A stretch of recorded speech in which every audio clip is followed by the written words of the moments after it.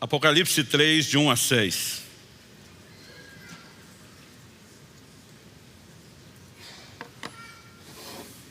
Para mim, pessoalmente, é sempre muito significativo a primeira ministração do ano para a nossa igreja. Eu sempre procuro, da parte de Deus, alguma coisa que sirva não apenas para aquele domingo, mas que de alguma forma dê, o tom quando a gente está se propondo aí nas nossas determinações de ano novo, a buscar ao Senhor. E eu creio que eu tenho uma palavra de Deus para você hoje. Então vamos lá, Apocalipse capítulo 3, do verso 1 até o verso 6. O texto diz assim: ao anjo da igreja em Sardes escreva: essas coisas diz aquele que tem os 7 Espíritos de Deus e as 7 estrelas. Conheço as obras que você realiza, que você tem fama de estar vivo, mas está morto. Fique vigiando e fortaleça o restante que estava para morrer, porque verifiquei que as obras que você realiza não são íntegras na presença do meu Deus. Lembre-se, pois, do que você recebeu e ouviu. Guarde-o e arrependa-se. Se você não vigiar, virei como ladrão, e você de modo nenhum saberá em que hora virei contra você. Mas você tem aí em Sardes umas poucas pessoas que não contaminaram as suas vestes. Elas andarão comigo vestidas de branco, pois são dignas. O vencedor será assim vestido de branco, e de modo nenhum apagarei o seu nome do livro da vida. Pelo contrário, confessarei o seu nome diante de meu Pai e diante dos seus anjos. Quem tem ouvidos, ouça o que o Espírito diz às igrejas. Pai, nós suplicamos a orientação, a direção do Teu Espírito Santo. Reconhecemos nossa limitação, tanto em comunicar como em receber a Tua palavra, e te pedimos que o Senhor nos leve além dessa esfera meramente humana e natural de entendimento. Nós oramos que os olhos do entendimento de cada um sejam iluminados pela ação do Teu Espírito Santo, o Espírito da verdade. Nós te pedimos que o Senhor nos conduza, ó Deus, a mais do que um mero material de reflexão momentânea que cesse depois. Nós oramos que a Tua palavra seja recebida, nós oramos que haja correspondência, nós oramos que a Tua palavra produza os devidos frutos em nome de Jesus e para a glória de Deus. Amém. Bom, o livro do Apocalipse tem esse nome porque a palavra Apocalipse, no original grego, ela significa revelação. Aliás, na língua portuguesa, nós utilizamos o nome grego da palavra revelação, que é Apocalipse. Mas, por exemplo, na língua inglesa, o título do livro é Revelação. E quando você olha o verso 1 do capítulo 1, a Bíblia chama de revelação de Jesus Cristo, a qual Deus lhe deu para mostrar aos seus servos as coisas que em breve devem acontecer, e que ele, enviando seu anjo, deu a conhecer ao seu servo João. O verso 2 diz que atestou a palavra de Deus e o testemunho de Jesus Cristo quanto a tudo que viu. Então a revelação que o próprio Deus comunica a Jesus, que por meio de um anjo notifica João, que por sua vez comunica isso à igreja. O verso 3 começa dizendo: bem-aventurado aquele que lê e bem-aventurados aqueles que ouvem as palavras da profecia e guardam as coisas nelas escritas, pois o tempo está próximo. Estou dizendo isso porque para muito crente o Apocalipse é um livro assustador, sem contar que para muitos há um grande desafio em relação à questão de interpretação. Mas antes de falar a respeito de juízo, quando João está identificando a mensagem que ele recebe da parte do Senhor e que ele tem para comunicar, ele fala no verso 11 que ele ouviu uma voz forte como de trombeta dizendo: escreva num livro o que você vê e mande-o às 7 igrejas: Éfeso, Esmina, Pérgamo, Tiatira, Sardes, Filadélfia e Laodiceia. Todas essas 7 igrejas eram igrejas da Ásia. Particularmente aqui o texto que nós lemos do capítulo 3 é a mensagem dirigida à igreja de Sardes. Toda a mensagem do livro do Apocalipse é dirigida aos crentes de toda a época e de todos os lugares, quando falamos do livro como um todo. Mas nos capítulos 2 e 3 nós temos essas 7 cartas específicas dirigidas a igrejas locais. Só para contextualizar, imagine hoje o Senhor falando com 7 igrejas diferentes, cada uma vivendo uma história e um comportamento, e o Senhor de forma personalizada estava tratando com cada um deles. Mas obviamente tudo isso foi registrado porque o Senhor queria que nos alcançasse, e a Bíblia nos mostra que a bem-aventurança em tudo aquilo que nós podemos receber. No verso 19, Jesus diz para João: escreve as coisas que você viu, as que são e as que depois dessas hão de acontecer. O Apocalipse pode ser dividido basicamente nesses 3 aspectos: as coisas que viste, as que são e as que hão de acontecer. As coisas que viste, no capítulo 1, ele descreve a visão que ele teve e como ele recebe a mensagem do resto do livro. As coisas que são, ele se dirige a essas igrejas falando do que estava acontecendo naquele tempo, naquele momento. Mas o Senhor diz: e as coisas que hão de acontecer. A partir do capítulo 4, todo o tom do livro sinaliza os eventos finais e que hão de acontecer. Então, para contextualizar, quando estamos lendo o capítulo 3, do verso 1 a 6, como lemos, isso era a realidade da igreja de Sardes naqueles dias. No entanto, Deus queria que eu e você soubéssemos como Ele tratou com a igreja daqueles dias, daquela época. Por quê? Porque essas verdades, de alguma forma, também nos atingem. Basicamente, nós precisamos reconhecer que ao dirigir-se a um grupo que ele intitula como igreja, ele está falando de uma comunidade dos santos, dos salvos, daqueles que experimentaram a salvação em Jesus. Mas a advertência trazida a esse grupo me traz temor, porque ainda no verso 1, ele diz: conheço as obras que você realiza, que você tem fama de estar vivo, outra tradução diz: tem nome de que vives, mas está morto. Então o Senhor diz: vigie, ou fique vigiando, fortaleça o restante que está para morrer. Ou seja, a morte está se instalando, mas ainda não necrosou tudo. As coisas ainda podem piorar, como também podem melhorar, podem ser revertidas. Então ele está dizendo claramente: fortaleça o restante que estava para morrer. E diz: porque verifiquei que as obras que você realiza não são íntegras na presença de meu Deus. A partir dessa advertência, vem a mensagem de conserto. Lembre-se, pois, do que você recebeu e ouviu. Volte à essência do Evangelho, aquilo que te foi anunciado desde a origem. E ele então declara o seguinte: não apenas guarde aquilo, mas arrependa-se por conta de tudo aquilo que você ouviu e não está guardando. Junto com o chamado ao arrependimento, ele reforça a advertência: se você não vigiar, virei como ladrão, e você de modo nenhum saberá em que hora virei contra você. Me assusta a declaração do verso 4. Mas você tem aí em Sardes umas poucas pessoas que não contaminaram suas vestes. Deus está dizendo: não é todo mundo que está avacalhando a vida cristã. Ainda existe um remanescente. Ainda existe gente me levando a sério.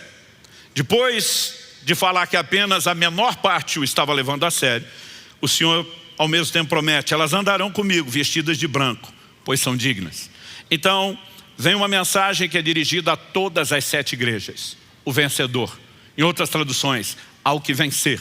Eu e você precisamos entender e presumir a partir dessa declaração que não são todos os que se converteram que automaticamente terminarão bem.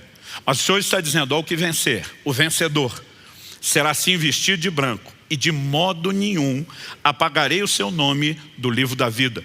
Pelo contrário, confessarei seu nome diante de meu Pai e diante dos seus anjos. Quem tem ouvidos, ouça o que o Espírito diz às igrejas. Em outras palavras, Deus está dizendo: presta atenção, porque o assunto é sério, é delicado e não pode ser ignorado. Bom, uma vez que ele está se dirigindo à comunidade dos santos, dos salvos, do que já passaram por conversão, o que eu digo que me enche de temor é a declaração: se você me levar a sério, não contaminando as suas vestes, andando comigo vestido de branco, de forma alguma eu vou apagar o seu nome do livro da vida. Porque ele faria uma promessa de não apagar o nome, se o nome não pudesse ser apagado. Sabe, eu desde criança fui exposto a um ambiente de ensino bíblico que tinha uma mensagem mais ou menos assim: uma vez salvo, sempre salvo. E até hoje eu vejo pessoas sinceras e não necessariamente mal intencionadas que têm apresentado um evangelho que, em outras palavras, se resume: não importa a forma como você vive, se você garantiu a conversão, está tudo certo até o final. E essa não é a mensagem bíblica. O Senhor está dizendo, o que vencer, seu nome não será apagado. Então o que não vencer, vai acontecer o que com ele? Normalmente a gente usa Mateus 10:32, se você me confessar diante dos homens, eu vou te confessar diante do Pai. Como se fosse só a confissão da conversão. O Senhor está dizendo, me confessar é mesmo depois de convertido, preservar tudo aquilo que você ouviu desde o início. E se você não sustentar isso, eu não sustento minha confissão sobre você diante do Pai. Então nós temos uma mensagem clara de advertência que precisa dar o tom de seriedade, que é aquele que eu espero que seja com o qual você receba a palavra de hoje. O Senhor fala, você tem nome de que vive, tem fama de estar vivo, mas está morto. Vamos fazer uma breve recapitulação doutrinária do que é que aconteceu conosco quando nós nos convertemos. Efésios capítulo 2, verso 1 diz assim, Ele lhes deu vida quando vocês estavam mortos em suas transgressões e pecados. O que acontece na conversão? A gente sai de um estado de morte espiritual e a gente é vivificado. Nos versos 4 a 6 de Efésios 2, a Escritura continua e pontua, mas Deus, sendo rico em misericórdia, por causa do seu grande amor com que nos amou, estando nós mortos em nossas transgressões, nos deu vida juntamente com Cristo, pela graça vocês são salvos, e juntamente com Ele nos ressuscitou, e com Ele nos fez assentar nas regiões celestiais em Cristo Jesus. Ele nos deu vida, Ele nos ressuscitou, porque a nossa condição antes da conversão era de morte espiritual. O que Ele proporcionou? Vida. A partir do momento que eu e você saímos da morte do pecado e entramos na vida em Cristo, nós não podemos presumir que esse estado de vida seja inalterável. Ele está dizendo para a gente que saiu daquela morte espiritual, você tem nome de que vive, tem fama de estar vivo, mas está morto. Ele diz, o processo de necrosação já começou, dá para interromper, dá para reverter, mas a morte pode voltar a se instalar. Mas que houve essa regeneração, indiscutível. Lucas 15:24, quando Jesus se refere ao filho pródigo, a frase usada naquela parábola é, ele estava morto e reviveu. Essa foi a condição do que eu e você passamos espiritualmente. Agora há um paradoxo na vida cristã. Ele nos tira da morte do pecado para um lugar de vida espiritual. Mas agora que Ele nos vivificou, Ele nos chama para morrer. A mensagem que poderia ser apresentada como cerne da obra de santificação do Evangelho, diz respeito à mortificação. Em Romanos 12:1, Paulo diz, portanto, irmãos, pelas misericórdias de Deus, peço que ofereçam seu corpo como sacrifício vivo, santo e agradável a Deus. Esse é o culto racional de vocês, que oferecer o corpo como sacrifício vivo. Eu tenho repetido isso aqui, sacrifício vivo é um paradoxo, porque sacrificar é matar. Como é que o sacrifício é vivo? Paulo mata ou não mata? Paulo está dizendo mata, mas não é literal o seu corpo. O que é que eu mato? Em Colossenses 3:5, a Escritura diz, portanto, façam morrer tudo que pertence à natureza terrena. Ele está dizendo, mata o que está dentro do corpo, sua carnalidade, não o corpo. Mas se você me acompanhar em Colossenses 3, depois dele declarar no verso 5, façam morrer tudo que pertence à natureza terrena, vem a descrição do que é isso. Imoralidade sexual, impureza, paixões, maus desejos e avareza, que é a idolatria. Por causa dessas coisas é que vem a ira de Deus sobre os filhos da desobediência. Vocês também andaram nessas mesmas coisas no passado, quando viviam nelas. Agora, porém, abandonem igualmente todas essas coisas, ira, indignação, maldade, blasfêmia, linguagem obscena no falar. Não mintam uns aos outros, uma vez que vocês se despiram da velha natureza com as suas práticas e se revestiram da nova natureza que se renova para o pleno conhecimento, segundo a imagem daquele que o criou. Na mensagem bíblica, seja aqui em Colossenses, em Efésios 4:22-24, despisse do velho homem, revestir-se do novo homem, ou despisse da velha natureza, revestir-se da nova. É mudança de comportamento. E nós precisamos entender que isso é apresentado numa perspectiva de que abandonar o velho comportamento é fazer morrer a velha natureza. Então ele nos tira de um lugar da morte espiritual do pecado, nos vivifica, mas ele está dizendo, para você permanecer aqui, você tem que fazer morrer o que te manteve no estado de morte. Porque ou você mata a morte, aquilo que te fará morrer, ou ela vai se manifestar em você mesmo depois de uma experiência de conversão. Quando eu olho para o ensino do Novo Testamento, fica claro para mim que mesmo tendo recebido uma nova vida, é nossa responsabilidade decidir se nós vamos permanecer na nova realidade, na nova natureza, na nova criação ou na velha. Em Romanos 8:13 a Bíblia diz, porque se vocês viverem segundo a carne caminharão para a morte. Mas se pelo Espírito mortificarem os feitos do corpo, certamente viverão. Então, o paradoxo da vida cristã é Deus nos tira de um estado de morte, manifesta em nós vida. Ele diz, mas para que a vida funcione, você tem que continuar morrendo porque te matava. Senão a vida deixa de operar em você. Quando nós olhamos para a essência da obra da santificação, que é o desenvolvimento da salvação, nós precisamos reconhecer que a mortificação, da carne, o domínio próprio, a subjugação da velha natureza, é a essência da continuidade do processo que iniciou-se na conversão. E quando a gente olha por essa perspectiva, algo que nós precisamos entender, e eu quero usar aqui a declaração de um camarada chamado Richard Sibes, e diz: o cristão é uma pessoa estranha. Ele está tanto morto como vivo. E a partir disso, eu e você precisamos entender o seguinte: quando falamos do cristão, ele saiu da morte espiritual, foi regenerado. Mas ele é chamado para morrer para aquilo que antes o matava. Agora, a Bíblia mostra que essa pessoa que foi vivificada, ela pode permitir que a morte se instale novamente. Dito isso, o tema da minha mensagem é uma pergunta: morto-vivo ou vivo-morto? O que é que você quer ser? Há um cristão que morre para si mesmo, mas ele experimenta a vida de Deus. Eu vou chamá-lo de morto-vivo. Mas a Bíblia fala de pessoas que vivem ou têm nome de que vivem, mas estão mortas. Esse eu vou chamar de vivo-morto. Eu quero não só falar um pouquinho do que a Bíblia diz sobre cada um, mas depois nós vamos tentar concluir isso de forma prática. Então, em primeiro lugar, eu quero que você se pergunte: o que é que nós temos que pregar? Qual a essência da nossa mensagem? Outro dia vi alguém falando: minha mensagem é de vida, não é de morte. Eu digo: impossível você pregar vida sem pregar morte. Em primeiro lugar, você tem que levar a pessoa a reconhecer o estado de morte, porque ela precisa da vida de Deus. Segundo, para que ela permaneça na vida de Deus, ela tem que viver morrendo para si. Porque se ela decidir viver para si, ela vai morrer para Deus novamente. Então não é um ou outro, são os dois. Agora, a questão é entender o processo. O que se busca primeiro e o que é que isso desata. Então eu gosto de dizer que eu prego morte para levar a vida. Enquanto eu vejo, infelizmente, alguns por aí pregando um tipo de vida que está levando muitos à morte. Vamos pontuar as coisas com clareza.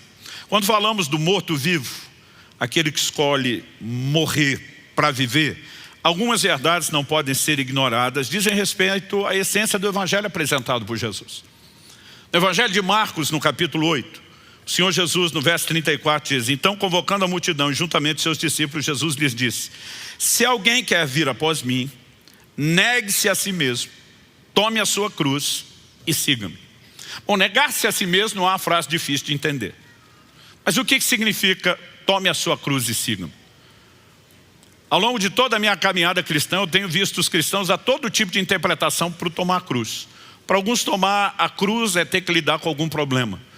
E já vi gente, ainda num tom de humor, me apresentando a sogra, dizendo: pastor, eis aqui minha cruz. Como se de alguma forma a gente pudesse falar que a cruz é algo circunstancial. Para que você entenda o que Jesus falou, você precisa da lente cultural daqueles dias. Jesus morreu numa cruz, porque a crucificação era uma das formas mais comuns de execução praticadas pelo Império Romano. Agora, antes de ser crucificado, a Bíblia diz que Jesus foi obrigado a carregar a sua cruz. Por conta de todo o sofrimento e tortura que lhe foi infligido, ele não conseguiu levar a cruz o caminho todo. E a Bíblia diz que obrigaram certo Simão Cirineu a carregá-lo.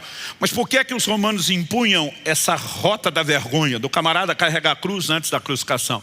Era uma maneira de admitir publicamente: minha vida está sentenciada, ela terminou, eu estou sendo condenado à morte. Normalmente eram os criminosos que faziam isso. Então carregar a cruz significava admitir publicamente a sentença de morte. Talvez essa mensagem, tome a sua cruz e siga-me, poderia ser entendida em alguns estados dos Estados Unidos, na América do Norte, como: tome a sua cadeira elétrica e siga-me. Tome a sua injeção letal e siga-me. No entanto, não era apenas carregar o meio através do qual se morreria, mas era admitir publicamente que se estava sentenciado à morte.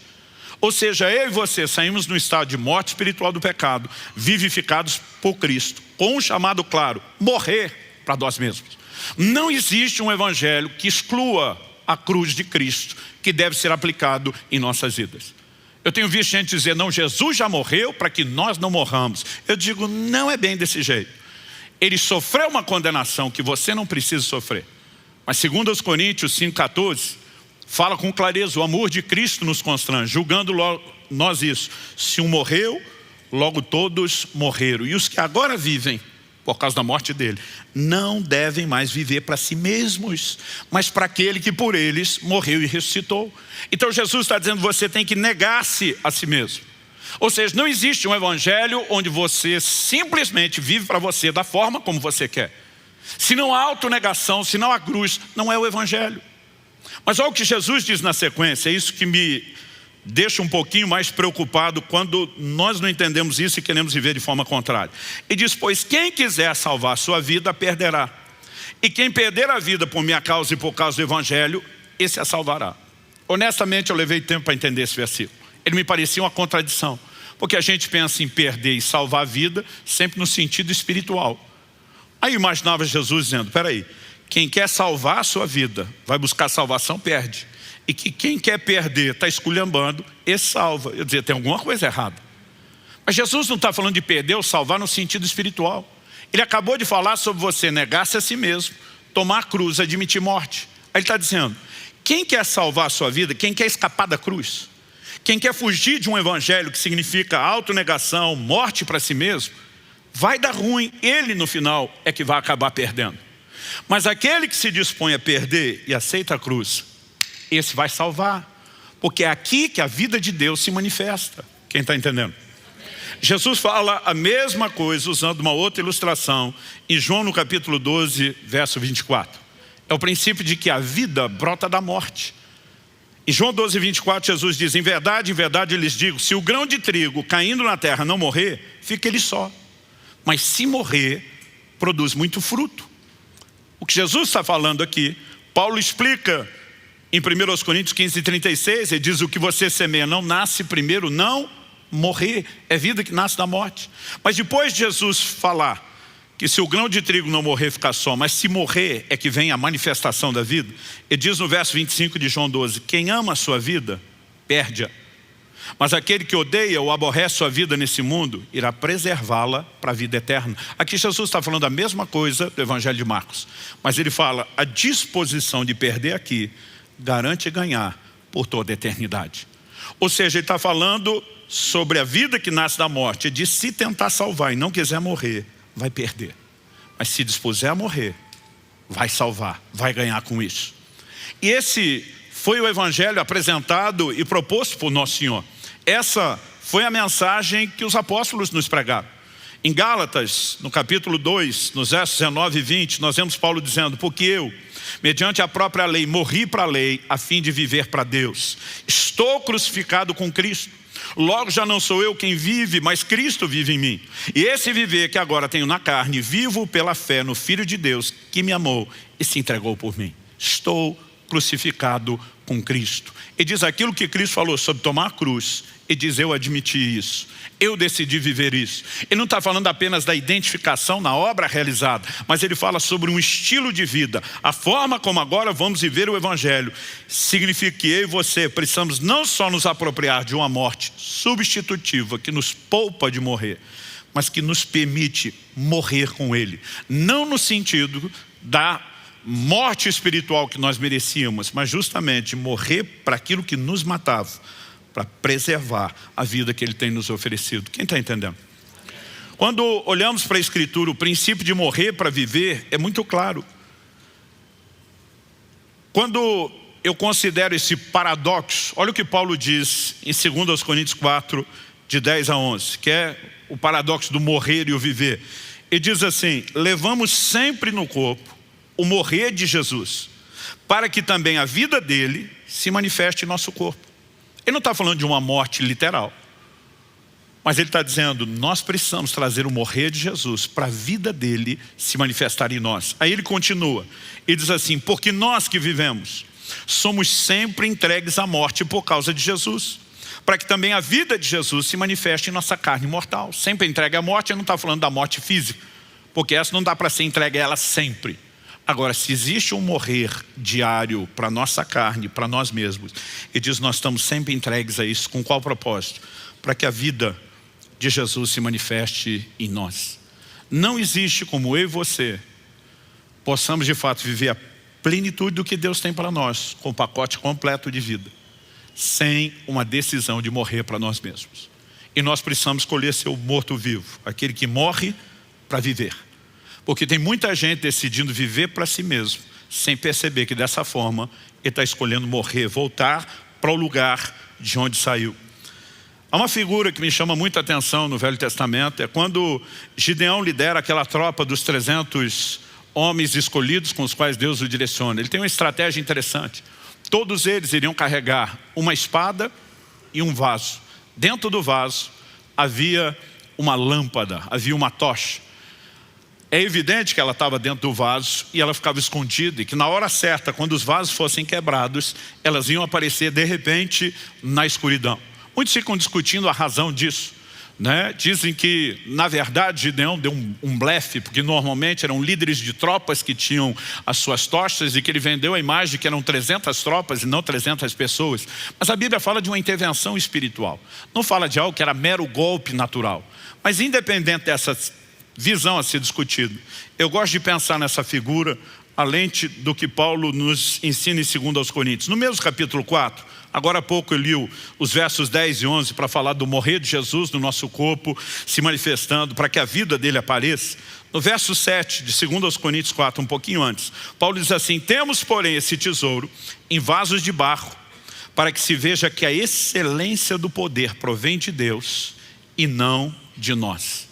A Bíblia fala de nós como um vaso de barro. A excelência é o que está dentro, é a vida de Deus. E a única forma dessa vida se manifestar é quando nós quebramos o vaso. Há uma vida de quebrantamento, há uma vida de autonegação, há uma vida de morte para si mesmo, que ela não pode ser ignorada.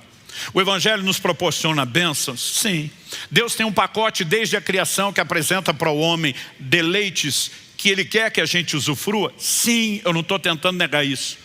Mas de alguma forma o evangelho moderno tem se tornado cada vez mais antropocêntrico, colocando o homem no centro de tudo. Ele tem vivido para proclamar uma mensagem de deleite. É quase como se a essência de viver aqui com Cristo é que a gente seja abençoado e tenha tudo para se divertir, menos o próprio Deus. Então eu não quero ir de forma alguma a extremos e dizer que Deus não quer te abençoar em questões naturais. Mas eu gostaria de dar um tom nesse início de ano, de que há algo muito mais sublime, de que há algo muito mais elevado para que se busque, do que só as bênçãos naturais e terrenas. Paulo disse, é só para essa vida que nós esperamos em Cristo. Nós somos de todos os homens os mais dignos de lástima. Há algo maior e mais sublime do que tudo aquilo que Ele pode fazer numa esfera natural. Então não estou negando que Ele pode te fazer prosperar financeiramente, que Ele pode interferir na sua casa, que Ele pode te dar saúde, nada disso. Mas gente, nós precisamos pensar no evangelho que proporciona mais do que isso. Quando Deus cria o homem lá no início, no Éden, o homem ainda não pecou, pressupõe-se, portanto, que ele está experimentando Deus na sua plenitude. E ainda que ele tenha livre acesso à presença de Deus, de alguma forma Deus disse, eu quero que você tenha outros tipos de alegrias e deleites. Então a Bíblia diz que Deus fez todo tipo de árvore frutífera, dizendo, pô, você pode comer de tudo, menos dessa. Havia restrição para uma única. Porque aquela única tinha restrição? Porque Deus disse, se você tentar avançar esse limite proibido, você vai tentar entrar num nível de prazer que vai comprometer o que você tem comigo. Então, eu permito que você tenha outros prazeres desde que eles não concorram comigo. Deus não se limitou apenas à comida. A Bíblia diz que Deus olha para um homem sozinho e diz, quero que você tenha companhia, que você tenha alegrias no nível da sua alma e não só no plano espiritual. E a Bíblia diz que Deus decidiu fazer a mulher para o homem. Existe deleite nesse relacionamento, que não é só emocional, também é físico. E não existe absolutamente nada de errado quando usufruímos esses deleites. Seja comida, seja o relacionamento íntimo do casal. Mas Deus foi muito claro quando decidiu visitar o casal todo dia, dizendo, mas eu não quero que vocês deixem de desfrutar a minha presença. De alguma forma, nós estamos sendo expostos a um evangelho que exalta todos os outros deleites e cada vez menos diminui o deleite da presença de Deus, que só pode ser vivida quando decidimos negar algumas coisas que não são nem proibidas, que são até mesmo lícitas e permitidas, mas a gente toma uma decisão: não vou viver só disso, porque tem algo maior. Quem está entendendo? Bom, dito isso, eu quero falar daqueles que estão não no quadro do morto-vivo, mas estão vivendo como vivo-morto. Quando o Senhor diz: você tem nome de que vive, mas está morto, Ele está dizendo: dá para fazer pose, dá para ter um comportamento como se você fosse um crente sadio, sem na verdade ser.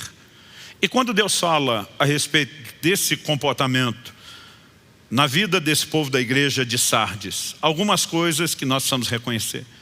Verifiquei que as obras que você realiza não são íntegras na presença de meu Deus. E diz: lembra do que você recebeu, ouviu e guarde. Significa que eles não estavam guardando aquilo que tinham ouvido desde o início. Você começa a ver no próprio comportamento a denúncia do que significa aquela morte se instalando. E diz: se você não vigiar, eu venho contra você. E aí quando ele diz, principalmente no verso 5, de algumas poucas pessoas que não contaminaram as suas vestes, pressupõe-se que a maior parte das pessoas da igreja já estavam vivendo o evangelho comprometido, já haviam se contaminado. Então nós precisamos entender que de alguma forma essas pessoas que têm nome de que vivem, mas estão mortas, são pessoas que começaram a comprometer os valores do evangelho e voltar às práticas pecaminosas que geram morte. Então, apesar de não ter comprometido completamente seu estado, já estavam no estado onde a necrose estava avançando, progredindo. Quando eu olho para o Novo Testamento, eu percebo algumas advertências. E honestamente eu acho que isso não tem sido enfatizado o tanto quanto deveria, né? Cada vez menos nós ouvimos mensagens sobre quebrantamento, sobre autonegação, sobre morrer para si mesmo. Quase que o tempo todo o encorajamento é apenas: Deus quer que você seja feliz, como se felicidade se resumisse mera e exclusivamente a questões terrenas. Salmo 16:11 diz: na tua presença a plenitude de alegria, a tua destra delícias perpetuamente. Há algo na presença de Deus que bênção nenhuma, mesmo do próprio Deus, vai estar equiparada. Deus está dizendo: eu não tenho problema que você tenha isso, mas nunca perca aquilo que é mais elevado, nunca perca aquilo que é mais sublime, nunca perca aquilo que de fato te preenche e te realiza.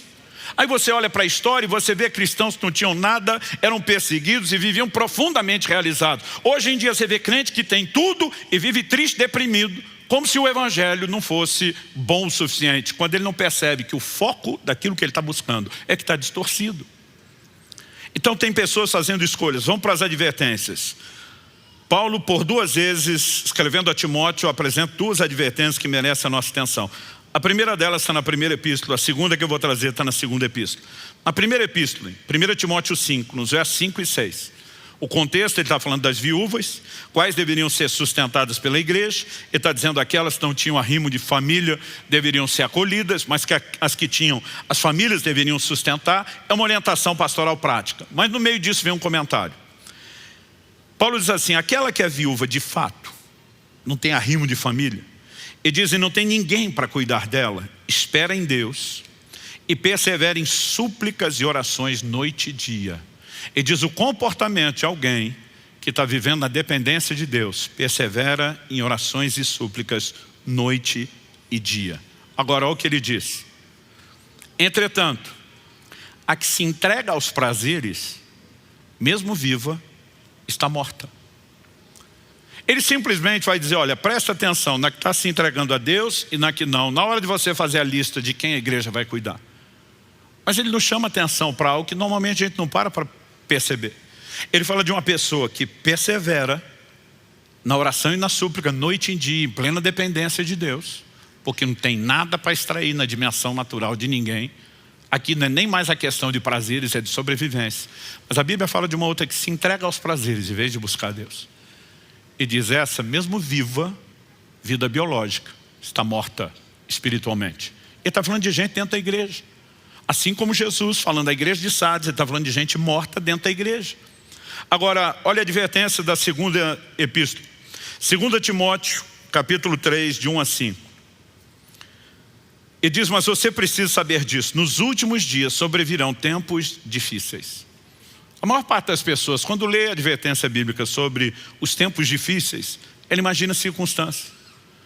Pastor, a Bíblia fala de guerras e rumores de guerra, que existe desde o início da humanidade.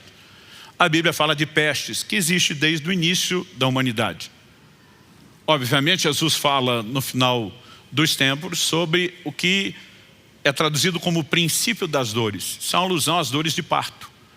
Quando está chegando o momento da mulher dar à luz, as contrações começam e elas vão se tornando cada vez mais fortes e com períodos cada vez menores.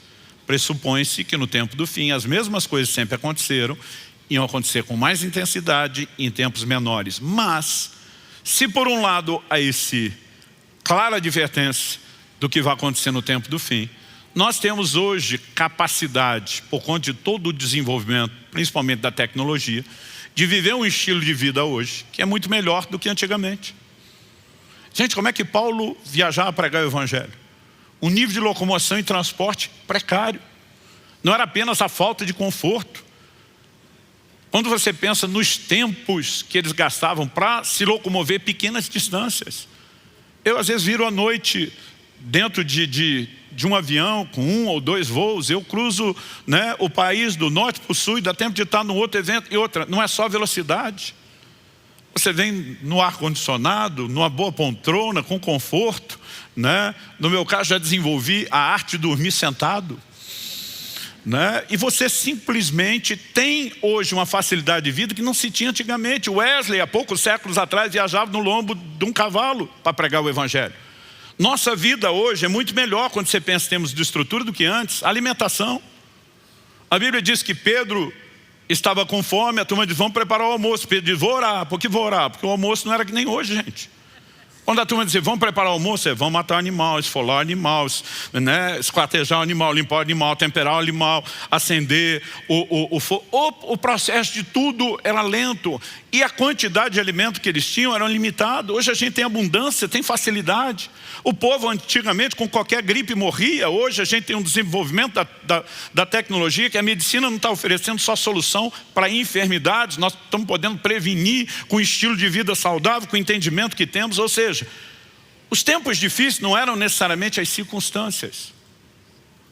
Olha a ênfase que a Bíblia dá sobre os tempos difíceis. Nós lemos o verso 1, agora vamos continuar, verso 2. Pois, e agora vem a conclusão, os seres humanos serão egoístas, avarentos, orgulhosos, arrogantes, blasfemadores, desobedientes aos pais, ingratos, ímpios, sem afeição natural, implacáveis, caluniadores, sem domínio de si, cruéis, inimigos do bem, traidores, atrevidos, convencidos, preste atenção nessa, mais amigos dos prazeres do que amigos de Deus, tendo forma de piedade, mas negando o poder dela. Fique longe também desses. Pedro dizer a Timóteo, fique longe, ele está dizendo, ei, não estou falando do ímpio esculhambado no pecado, não. Ele está falando, essas características, todos esses péssimos adjetivos, vai se manifestar em gente dentro da igreja. O que ia ficar pior é o comportamento do ser humano, não necessariamente as circunstâncias. E tudo isso é sempre uma inclinação ao quê? A velha natureza, a carnalidade. E interessante que uma das características dadas aqui é, serão mais amigos dos prazeres do que amigos de Deus. Não significa que todo tipo de prazer seja errado, ilícito ou pecaminoso. Mas essa paixão absurda, essa entrega o tempo todo por aquilo que é prazeroso no nível carnal, tem nos custado mais do que a gente imagina, tem impedido a transformação. Enquanto a humanidade segue avançando, evoluindo num monte de coisa, o comportamento piora. Alguns dizem, não, os bárbaros de antigamente não tinham educação. Nós temos como nunca houve, o comportamento humano segue piorando. Porque o que o homem precisa para viver transformação é morrer para si e viver para Deus. Mas quando o evangelho começa a manter só a aparência de piedade, vamos ter cara de crente, linguajar de crente, mas nega a essência da piedade, que é a morte para si mesmo, a tragédia está estabelecida. Agora, quando você pensa a frase, mais amigos dos prazeres do que de Deus, eu repito o que eu falei antes, Deus não está em momento algum dizendo que nós não podemos ter prazeres. O problema é que quando a pessoa quer estar mais para cá do que para lá. Mais amigos dos prazeres do que de Deus. Então o camarada consegue passar horas maratonando seriado. mas não é importante tirar horas de oração. Ele consegue passar horas se divertindo, mas não consegue gastar horas na palavra de Deus. É importante unir e festejar, e gente, vai chegando o fim do ano, a gente tem desculpa a comer, comer, comer e comer cada vez mais. Mas a arte bíblica do jejum vem se tornando cada vez mais ignorada e esquecida. Porque nós estamos hoje obcecados por todo tipo de prazer, mas muito pouco obcecados por Deus. E sem o entendimento de que para entrar nesse lugar mais profundo, a necessidade de que você morra não só para aquilo que te mantinha totalmente morto no pecado, mas até para prazeres lícitos. Por exemplo, o apóstolo Paulo escreve em 1 Coríntios 7, ele começa nos primeiros versículos dizendo que o casal cristão deve manter uma vida de intimidade física regular, frequente. Eu sempre brinco que ele está dizendo que tem que ter avivamento nessa área também. Mas quando chega o verso 5, ele diz assim, não vos priveis um ao outro. Não se neguem em relação à intimidade. Ele diz, a não ser. Aí vem a única exceção. Ele diz, por mútuo consentimento, por um pequeno período de tempo, para vos dedicardes à oração. Ele não está dizendo que para o casal cristão orar não pode ter intimidade. Mas quando ele fala de dedicar, ele está falando, se você quer mergulhar no lugar profundo da oração, às vezes você precisa dar uma pausa nos outros deleites, porque eles te desligam. Em agosto do ano passado, eu estava num desses períodos de jejuns prolongados que eu tenho decidido a manter frequente na minha vida. E um homem de Deus, eu diria que é um dos gigantes espirituais da nossa nação. A gente estava num evento junto, e como eram alguns dias juntos, eu não conseguia esconder dele, estava jejuando. Quando nos mandaram buscar no aeroporto, ele nos chamou para o almoço, falei, olha, eu posso sentar, mas não estou comendo hoje. Não, então deixa quieto, vai para o hotel. À noite nós comemos. Eu falei, olha, à noite eu também não vou estar comendo. Ele falou, então depois a gente combina. Aí estávamos no evento à noite, ele falou, amanhã vamos tomar o café da manhã junto. Eu falei, olha, eu sento com vocês, mas eu ainda não estou comendo. Ele olhou para mim e falou, você vai comer quando? Eu falei, olha, na verdade nós não vamos comer. Eu posso sentar, posso conversar com vocês. Ele falou, então pelo jeito você está num jejum prolongado. Eu falei, estou. Ele falou, não quero ser invasivo. Quantos dias você já está? Eu falei, bastante. Ele falou, quanto tempo vai? Eu falei, vai longe. Ele falou, Subirá, eu preciso te fazer uma pergunta. Ele falou, não quero ser invasivo. Ele falou, tenta me dizer, porque ele falou, você talvez seja, e ele é bem relacionado, ele falou, você talvez seja uma das pessoas que eu conheço que mais jejua. O que é que tem te atraído tanto a esse lugar? Eu falei, pastor, se o senhor me perguntasse isso aos 18 anos de idade, minha resposta seria, eu quero poder, eu quero sobrenatural, eu quero ativar os milagres. Hoje, a minha resposta é outra. Eu falei, para explicá-lo, eu vou te dar uma volta. Eu falei, algo interessante que acontece num jejum é a forma como o seu paladar vai ficando acurado pela própria limpeza, desintoxicação que o organismo passa. Então, por exemplo, quando você volta do jejum, ou mesmo se você provar alguma coisa no jejum, né? Café, por exemplo. Café sem açúcar, ele vai ficando doce. E a sensação que eu tenho é que mesmo o expresso sem nada de açúcar, ele é doce a ponto de ficar enjoativo. Aí eu falei para ele, isso é algo comum quando o seu corpo está passando por toda essa limpeza e desintoxicação, né? Então você volta em um jejum, as frutas são exageradamente doces. Mas de repente você olha um camarada jogando leite condensado na salada de fruta e dá vontade de voar no pescoço dele e gritar, ei, isso já é doce. Só que ele não sente mais o doce daquilo. Porque o consumo regular dele de açúcar deixou ele tão intoxicado e comprometido que ele não percebe. Então ele precisa de uma outra coisa, porque o que está lá não está mais sendo percebido. Eu falei, esse é o exemplo do natural. Espiritualmente, a sensação que eu tenho, que quanto mais a gente jejua, a gente se desintoxica dessas porcarias. E a gente começa a perceber a doçura, os deleites espirituais de uma forma como normalmente nós não percebemos. Falei, hoje, a percepção da presença de Deus, o entendimento da palavra, a sensibilidade ao mover do Espírito, as direções que Ele traz quando a alma está silenciada, quando a carne está morta, é uma coisa impressionante. E nessa hora você começa a entender o que é ser mais amigo de Deus do que dos deleites.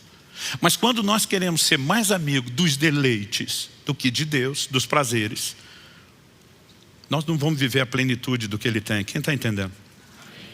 A Bíblia está falando de gente frequentando a igreja, com o nome de que vive, mas está morto. Tá o Walking Dead versão gospel. A turma olha e está movimentando, está fazendo escolha, mas a morte está se instalando. E o pior, ela pode ser tão intensa que o leve ao lugar de onde ele saiu. John Owen, pregador de santificação dos séculos passados, dizia: Jesus Cristo não leva para o céu ninguém que Ele não tenha santificado na terra. Essa cabeça vive não admite membros mortos. E essas advertências precisam ser trazidas ao meu e ao seu coração. Bom, para terminar, além desse chamado de entender o que é escolha, o que eu e você precisamos de fato fazer, Romanos capítulo 8, verso 13, quando eu falei no início de quem se inclina para a carne caminha para a morte, mas quem se inclina para o Espírito para a vida, eu acho que esse texto tem que ser lido dentro de um contexto. Eu já apresentei a visão do que é morrer para viver, que é o morto-vivo, do que é viver como morto, que é o vivo-morto. Mas de forma prática, o que é que eu e você precisamos fazer? Jesus fala de alguém que estava morto e reviveu. Então, a condição de quem não se converteu é de morte espiritual. Para quem sequer experimentou a vida, o que essa pessoa precisa? Efésios 2,8 diz: pela graça sois salvos mediante a fé. Isso não vem de vós, é um dom de Deus, não vem das obras para que ninguém se glorie. E nós começamos a pregar um evangelho que salva. Mas muitas vezes nós só falamos da fé. Jesus dizia: arrependei-vos e crede no evangelho. Ele mandou que seus apóstolos pregassem o arrependimento e a fé. Então nós sabemos que essa pessoa precisa de arrependimento e fé. Agora, o que acontece com alguém que saiu daqui, foi vivificado, mas depois de vivificado, começou a necrosar. O seu comportamento passou a reproduzir o estilo de vida de antes. A morte começou a prevalecer e impedi-lo de provar dessa vida. Essa pessoa precisa de restauração. E há níveis onde isso pode acontecer. Para aquela igreja ele está dizendo: olha, consolida o que estava para morrer. Ele disse: você não morreu por completo. A necrose está avançando, está progredindo. Você pode não só fazer pará-la de avançar, mas você pode reverter o quadro. Como? Ele diz: arrependa-se. Mas há pessoas que voltaram exatamente ao lugar que saíram. Por exemplo, no livro de Tiago, no capítulo 5, nos versos 19 e 20, a Bíblia diz: meus irmãos, se alguém entre vocês se desviar da verdade, aí diz assim, e alguém o converter, saibam que aquele que converte o pecador do seu caminho errado, salvará da morte a alma dele e cobrirá uma multidão de pecados. Então a Bíblia diz: alguém desviou da verdade, saiu da morte espiritual, veio para a vida. Mas em algum momento ele deixou de andar na verdade, que propõe autonegação. E ele se desviou, ele voltou para a morte. Ele ainda pode ser salvo, como foi salvo na primeira vez. A Bíblia diz: se alguém o converter, então esse desviado precisa de uma conversão igual a que aconteceu na primeira vez. Nós precisamos entender que é a única forma dele escapar da morte. Agora, não importa o quadro da pessoa, se é alguém que nunca converteu e precisa de conversão, se é alguém que converteu e precisa só de uma restauração, ou se é alguém que precisa de uma reconciliação, aquele nível de reconversão. Todo posicionamento que possa trazer vida, ele começa com arrependimento. A palavra arrependimento, no original grego, metanoia, ela significa mudança de mente, de atitude, de pensamento. Por exemplo, a gente citou o filho pródigo que Jesus disse estava morto e reviveu. Está em Lucas 15, 24. Mas no verso 17, a Bíblia diz que o processo inicia quando? A Bíblia diz que ele caiu em si. Para dizer que ele caiu em si, significa que toda a bobagem que ele fez antes, ele estava fora de si. Assim como Pedro, quando negou Jesus, e a Bíblia diz o galo canta, ele lembra a advertência de Jesus. A Bíblia diz que Pedro, caindo em si, chorou amargamente. Significa que ele estava fora de si. É por isso que estava negando o Senhor.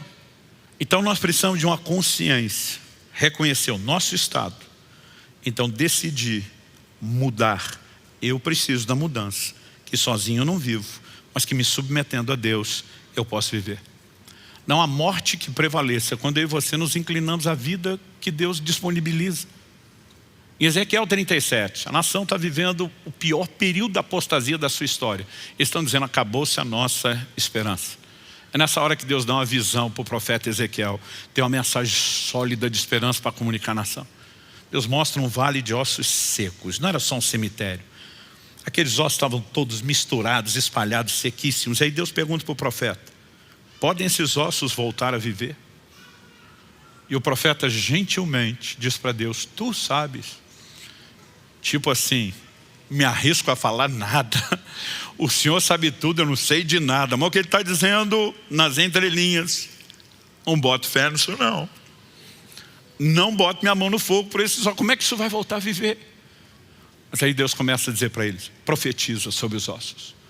Começa a dizer, vento que vem dos 4 cantos, sopra sobre esses ossos. E aí nós temos uma cena linda, extraordinária, de como aqueles ossos passam por um processo. Interessante esse processo, eu acho que ele nos ensina muito. A Bíblia diz que cada osso começa a juntar o seu osso, há uma ordem, né? Há uma estrutura, começa a aparecer tendões, ligamentos que vão manter, a carne começa a preenchê-los, a pele se estende, mas a Bíblia diz que depois se levanta um exército poderoso quando a vida é soprada. Agora, para que houvesse toda aquela vida, eles dependiam de um sopro externo, de algo que viesse de fora.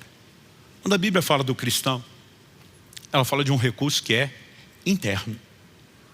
Então vamos voltar no Romanos 8, para entender o verso 13, vamos começar no 9. E diz, vocês porém não estão na carne, mas no Espírito, se de fato o Espírito de Deus habita em vocês. E se alguém não tem o Espírito de Cristo, esse tal não é dele. Se porém Cristo está em vocês, na pessoa do Espírito Santo, o corpo na verdade está morto por causa do pecado, mas o Espírito é vida por causa da justiça.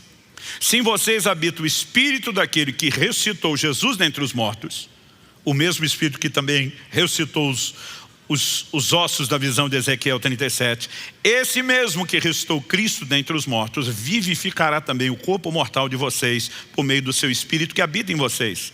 Assim, pois, irmãos, somos devedores, não à carne, como se estivéssemos obrigados a viver segundo a carne. Porque se vocês viverem segundo a carne, caminharão para a morte. Mas se pelo Espírito mortificarem os feitos do corpo, certamente viverão. Há um lugar nessa caminhada da vida espiritual, onde eu e você começamos a nos inclinar ao domínio do Espírito. Não é só o poder do Espírito, não são só os dons, não são só as manifestações, mas a capacidade dele de reinar sobre mim e sobre você.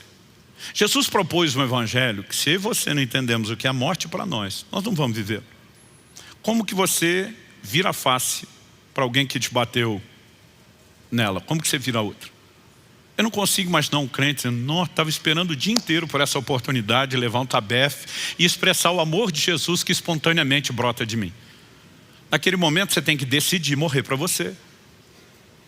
Quando Jesus disse, se obrigar a caminhar 1 milha, vá a 2ª. Você decide morrer para você. E disse, se alguém quiser tomar a sua capa, entrega junto à túnica.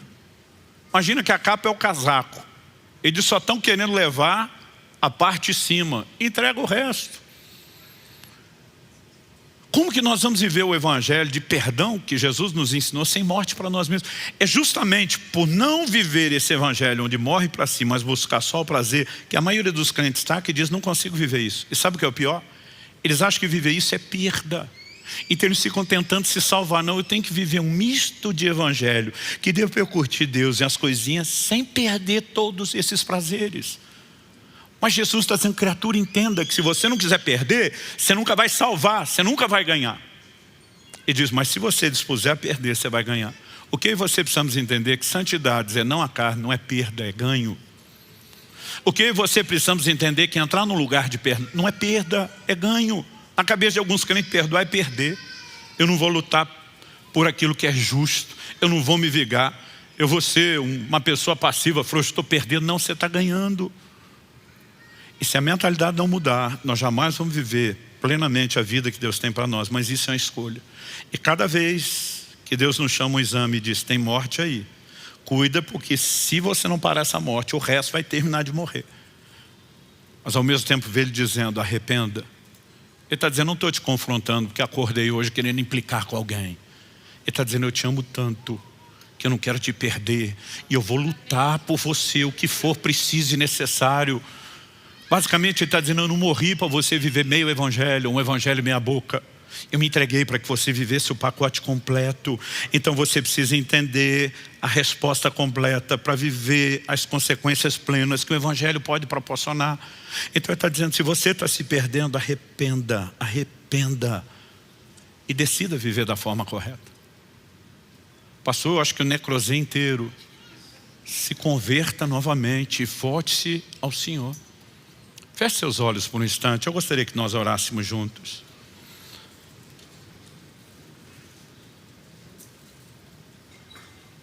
Thomas Manton diz, cristãos mortificados são a glória de Cristo.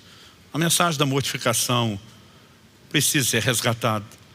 Mas eu e você precisamos entender que se busca dia a dia um lugar de rendição, de entrega, da prática das disciplinas espirituais, onde a gente começa a sabotar a própria carne e dizer, você não vai ter tudo o que quer. Você vai ter aquilo que é lícito, nas devidas doses, sem que você me faça tornar-me mais amigo dos deleites, dos prazeres do que de Deus. Há uma escolha a ser feita. Essa escolha requer posicionamento, requer decisão. Talvez nessa manhã, ao examinar, se diga, pastor, eu não estou vendo sinais de morte na minha vida, que pelo menos fique a advertência de que a qualquer hora, se você não cuidar, ela pode começar a se instalar novamente.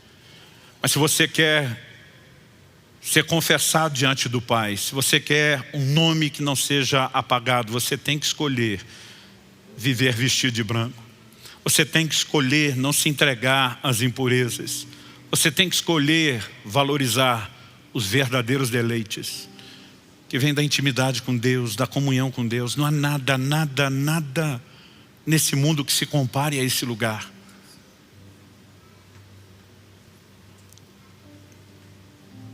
Olhe para dentro de si mesmo. Se você ainda não tomou a decisão de converter-se, entregar a Cristo, hoje é um excelente dia para você tomar a decisão mais importante da sua vida. Se você tem se afastado dele, se desviado e precisa reconectar, começar de novo, hoje é um excelente dia para que você tome essa decisão. Mas eu não quero parecer que Deus está oferecendo ajuda somente a esses que não se converteram ou precisam recomeçar. Muitos de nós precisamos avaliar se não há morte sendo instalada em alguns níveis. E precisamos entender que nós podemos fortalecer o que estava para morrer. Nós podemos impedir que o processo avance. Nós podemos mudar isso. E a minha oração é que nesse momento emocional de resoluções do início de ano, você possa decidir talvez viver como nunca antes, mortificação, autonegação, mas entender aonde isso te leva, numa dimensão de prazeres em Deus extraordinários. Não apenas escapar da condenação do inferno, que é o lucro que Deus nos deu, a capacidade de desfrutar de quem Ele é algo maior do que nós temos mensurado ou percebido. Então eu quero que você fale com Deus do seu jeito, da sua maneira, se avalie, se questione. Sabe que há áreas da minha vida onde os prazeres, mesmo os lícitos e não só os ilícitos, estão sendo supervalorizados e ainda assim estão me roubando de algo. Algo do qual eu preciso me arrepender hoje. Pecados com os quais vem me tornando complacente, tolerante, passivo. Enquanto você se avalia e conversa com Deus, eu quero orar por você. Meu Deus, sua palavra foi anunciada, comunicada, mas nós precisamos de mais do que informação.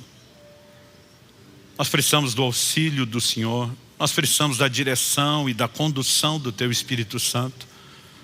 E nós clamamos isso nessa hora, não só para os que estão nessa reunião presencial, na vida de cada um daqueles que nos acompanham pela internet, seja essa transmissão ao vivo, até mesmo uma palavra gravada sendo assistida depois. Eu oro que o poder do Senhor os toque nesse momento. Eu oro que a Tua palavra fale e cale nos nossos corações. Eu oro por aquela aplicação personalizada que só o Senhor pode produzir. Eu oro pelo Teu toque, eu oro por uma liberação dos céus. Eu oro por despertamento. Nós não clamamos apenas por hoje, aqui e agora. Nós não clamamos apenas pelos efeitos ao longo da semana, enquanto refletimos na mensagem que ouvimos. Pai, nós oramos por um ano de dedicação singular, diferenciada ao Senhor. Nós oramos por um ano de rompimento e crescimento espiritual. Nós oramos por um tempo onde muito mais do que as bênçãos naturais, possamos viver a plenitude da comunhão, da intimidade e do relacionamento com o Senhor. E nós clamamos por isso em nome de Jesus.